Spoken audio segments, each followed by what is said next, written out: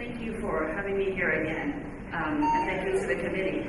So my next topic will be on digital tomosynthesis. I understand that's a popular test as well in Egypt here in Cairo. Can I see a show of hands? How many of you do tomo in your practice now?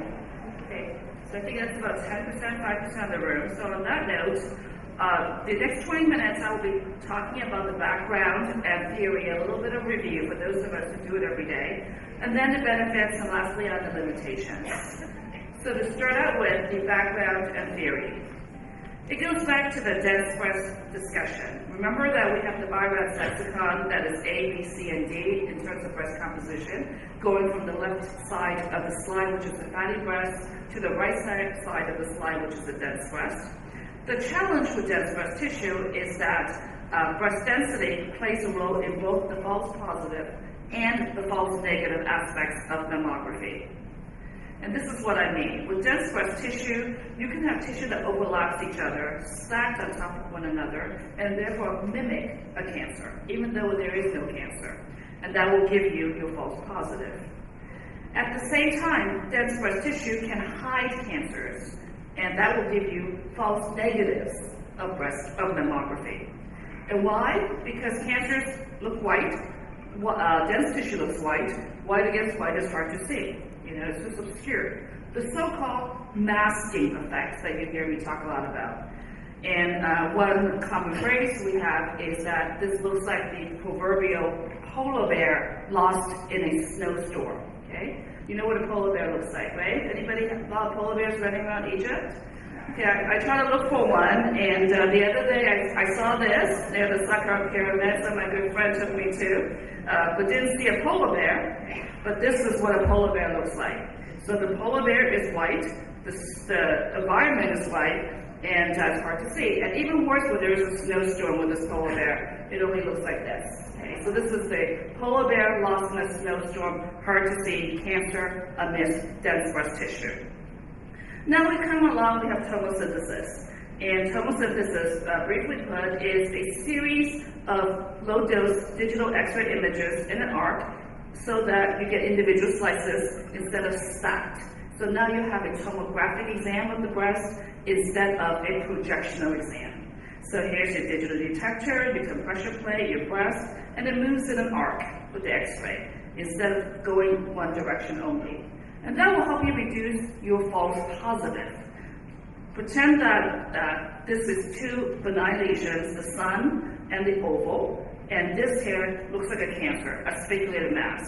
Well, if you only have one direction of the X-ray, it can look like a spiculated mass when they overlap each other. But when you have the X-ray beams going in an arc and going from different angles, on the left and on the right, you will see that you actually have the sun and the oval and not a spiculated mass at all. So that's how you can reduce your false positives.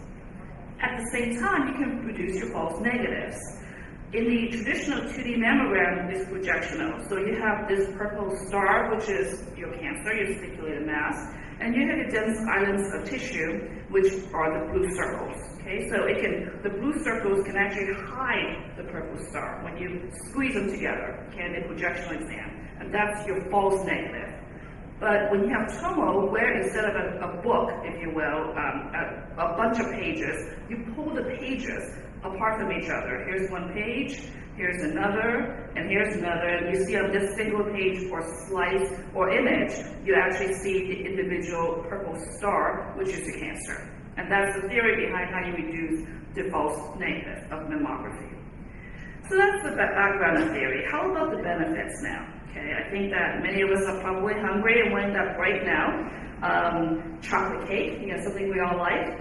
And you can think of tomo a little bit like a chocolate cake, what it offers. That is, it's really good tasting, but no calories. Okay. Now, reality, of course, this type of thing doesn't exist. That chocolate cake, unfortunately, does come with calories. But hopefully, with tomo, we can increase the cancer detection while lowering the recall rate. Here's an example of how recall rate can be decreased. That is, at screening mammography, you will have less need to do additional views.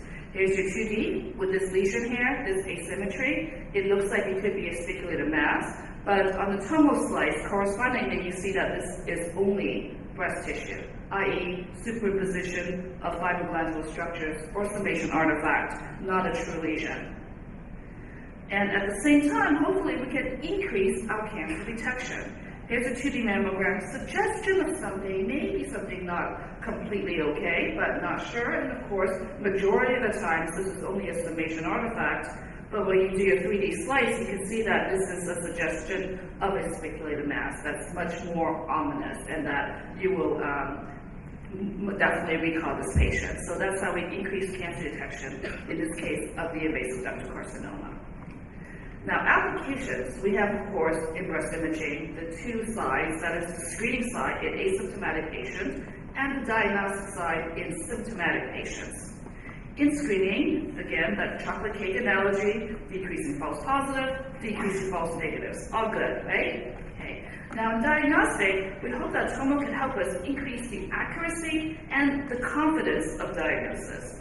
And hopefully we can use it to expedite diagnosis of certain classic IRAS 2 benign lesions, such as skin calcifications, and perhaps we can use it to help us localize lesions easier, because now we have the tomographic information.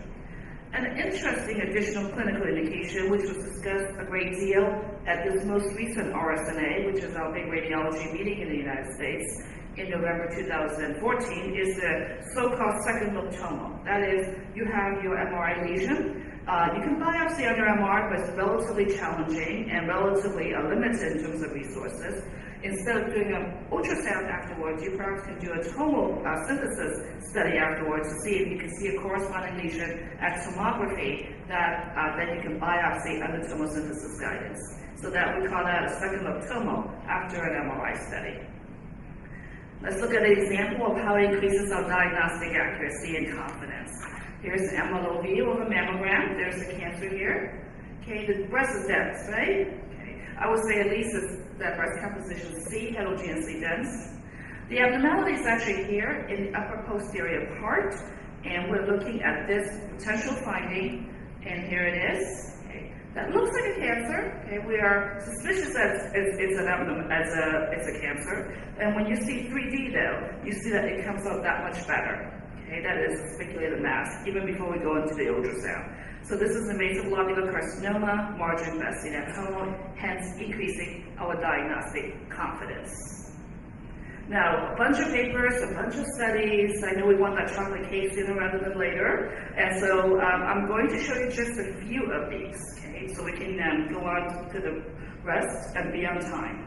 Now, this is a study that came out in radiology in January 2013, one of the earlier ones, and this was the one that garnered the first machine, which was Hologic in the United States, to have FDA approval, our Food, Drug Administration, governmental agency that allows our machines to be used in patients. And I want to point out an important thing is that the study compared digital mammo, or the 2D, versus digital mammo with tomo, that is the combination of 2D and 3D. Okay? So that's what's got FDA approval. At this time, there is no FDA approval for only doing the 3D.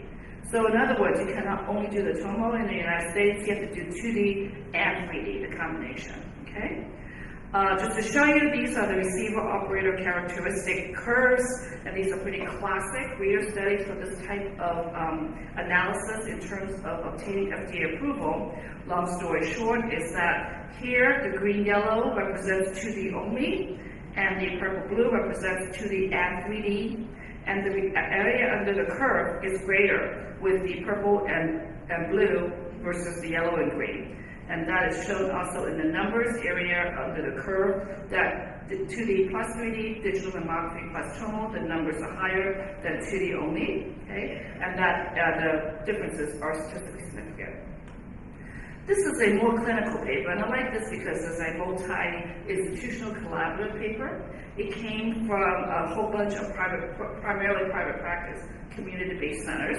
This is in JAMA of June 2014. It got a lot of press in the newspapers when it came out, and it looked at nearly 500,000 women, 500,000 exams. And I encourage many of you who do a lot of work, every day with your tomo, with your contrast studies, that you have great numbers. to get together perhaps, or even to singly publish them, because that's how we contribute. These authors and these centers are not classic academic centers, yet they produce very great work that was recognized. And these are real-life patients, not so much only in the university setting or only under a study situation. So, in summary, from that JAMA paper, that was in June 2014, is that yes, there is a reduction in recall rate, and yes, there is an increase in cancer detection, just like what you expect that magic chocolate cake. The recall rate was reduced by approximately 15% in the 2D and 3D, and in the cancer detection rate was increased by about 29%. So that's really good. And perhaps one of the most important things is that the cancer detection rate increase was seen all in the invasive cancers, and none in the DCIS or in situ cancers.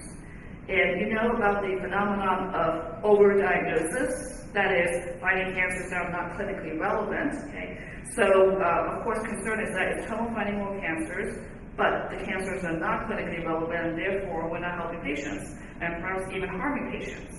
But such studies show that we're finding invasive cancers, so statistically speaking, is that these are clinically relevant cancers. This is another article. I pulled it up because it was about the same time, and this is from University of Pennsylvania, which is an academic center, but just to show you that the results were very similar. Recall rate with the 2D versus the 2D with, and 3D was decreased from 10.4 to 8.8. That's approximately 15% decrease. And cancer detection rate in the screening population went from 4.6 per 1,000 to 5.5 per 1,000. So that's about, and that's a 1.1 per 1,000 increase here, which is aligned with the published literature, which has been a whole bunch of them, including, of course, from Oslo, Norway. That yes, recall rate reduction, somewhere in the range of 15 to 40%, depends who you read. And it's found that the recall rate reduction is more significant than increased cancer detection, which on average is 1 to 2 additional cancers per 1,000 screened. What this means that Tomo is helping us with our false positives more than it is helping us with our false negatives. But it is still helping us with our false negatives. And of the false negatives that are reduced, we're finding more cancers, and they are invasive cancers. Okay, so that's the take-home message. And you may say, well, 15 to 40, that's a big range. You know, why is it so big? Why are data so different? Of course, different populations, different studies, you know. But I think that a big difference, it depends on your starting point. Okay, so if your recall rate is 20% to start out with, you can expect a much bigger drop with Tomo. But if your recall rate is already only 8%, you're not going to get as big a drop with Tomo. And that's my conclusion from looking at the papers. Depends on your starting point. It is best for mass asymmetry, architecture distortion, a little bit less good for calcifications, and the benefits are seen in all density and age groups, but most notably in those with dense breasts and those who are considered younger, less than 50. As I get older and older, that number changes of what's considered young for me. Okay. Now, it sounds great, okay? Is this really the magic chocolate cake? Are there limitations? Well, yes. Tomo is not as good as 2D for depiction of calcs at this time. It is not as good for the circumscribed mass versus the spiculated mass. And it is not as good if the margins are obscured if there are adjacent fibroglandular tissues. Remember, we want to pull these lesions away from fibroglandular tissues, but if they happen to be next to fibroglandular tissue on any one slice, we're still going to miss it, okay? So that is, there will be false positives at Tomo still. And we know that intuitively, but it's important to let our referring clinicians understand that this is still not perfect, and that, most importantly, to let our patients know that.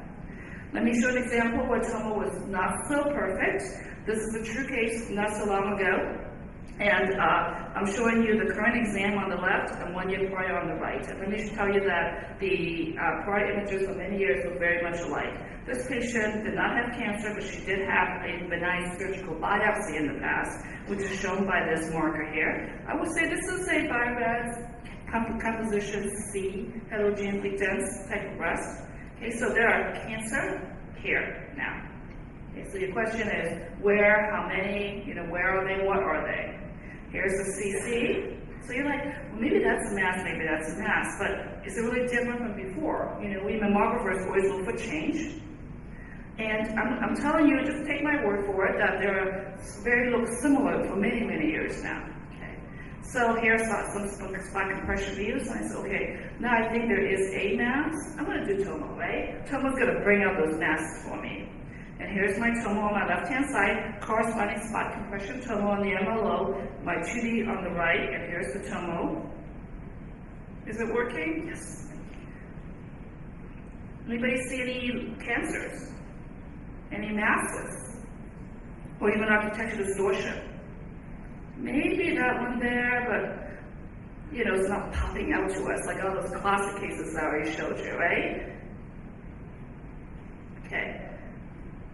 Yeah, I see your point, whoever said yes, but again, not so much like the classic cancers that I just showed you. And here's the CC, and here's the spot compression on the CC with matching 2D on the right-hand side.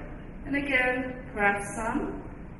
I see some, but it's not so much as clearly like those beautiful contrast settings that we can just look and say, oh, one lesion here, 2 lesions here, 3 lesions here. So it still takes training, okay? And I understand that we have we're honored to have a breast surgeon here, and that is still just training by the radiologist, us to do the work. So here is ultrasound, and ultrasound is still very inconclusive in the sense of how many lesions are there lesions? There's one, but on mammogram, that didn't exactly correlate. I went to biopsy one, I got cancer, and then we went to do an MRI, and we actually found this. Okay, everybody see this? So there's a whole bunch of masses. And they were more than one was proven to be cancer. The patient had a mastectomy. This was multi-centric disease. And she happens also to have contralateral disease. This is a true story on the other side. And what's my point? My point is that tomo is not magic, in that it still takes great skills to do. And additional limitations is that cost. You have to buy the equipment. It's expensive, okay?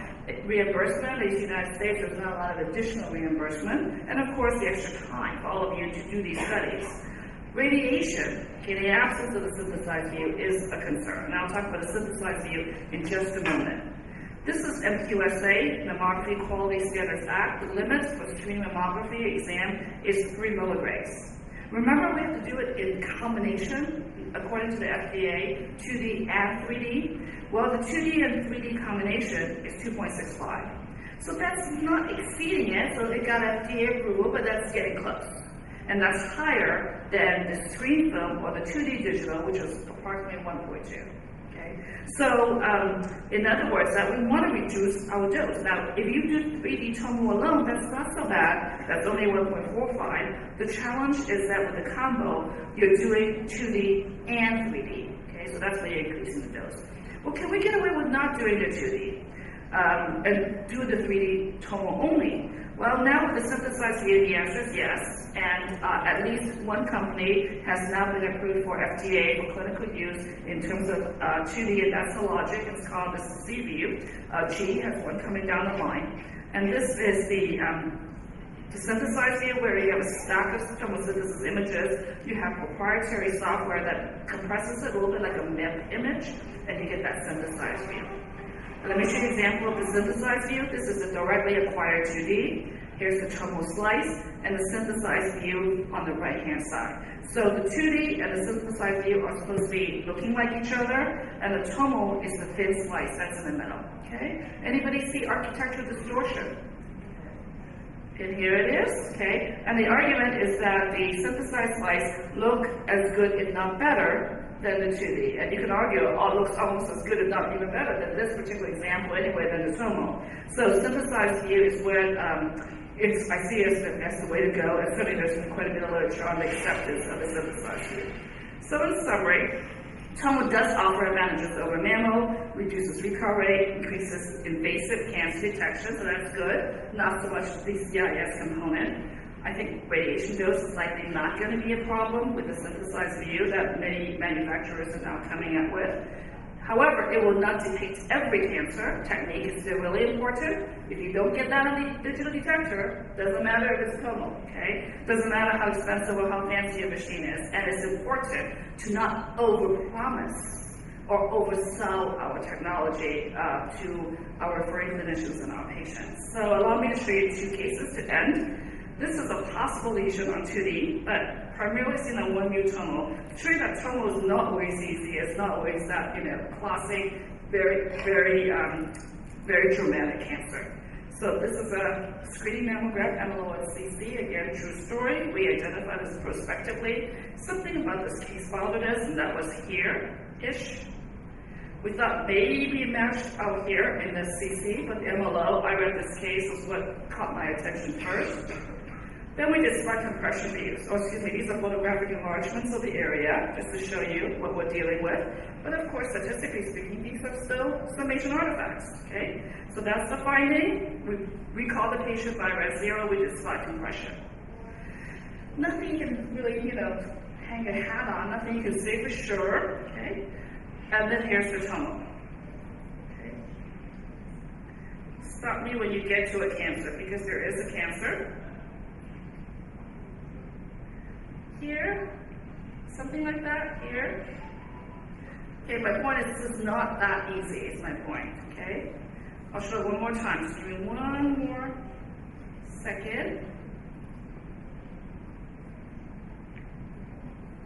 Okay, so again, stands first, not perfect and not so easy. Let me show you the CC view now. CC, photographic enlargement and compression on the right-hand side. Again, not sure, okay, but this here is where the tomo really helped us.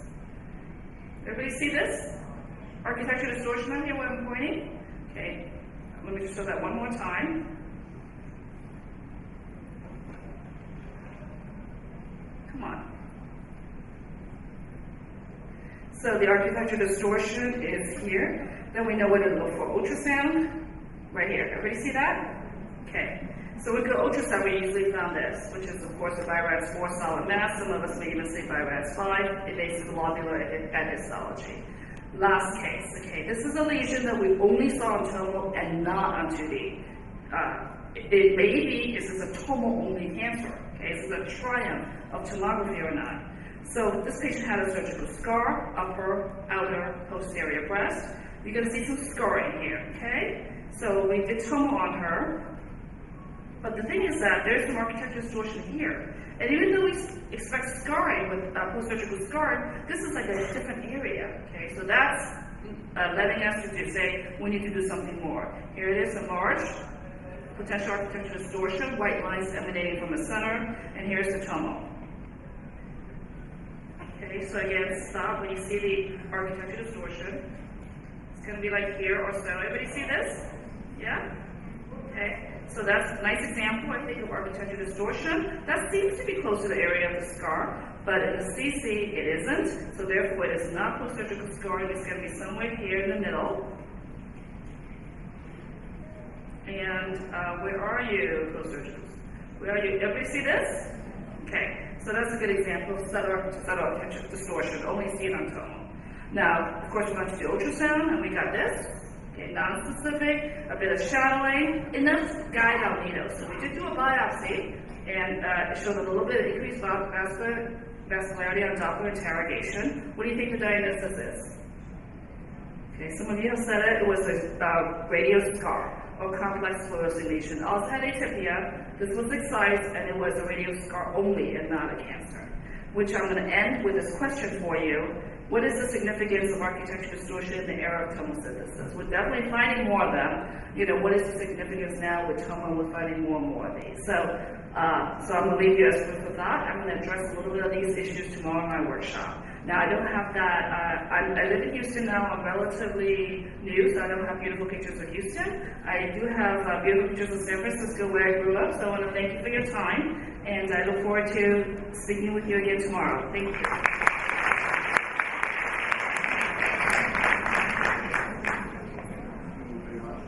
Thank you.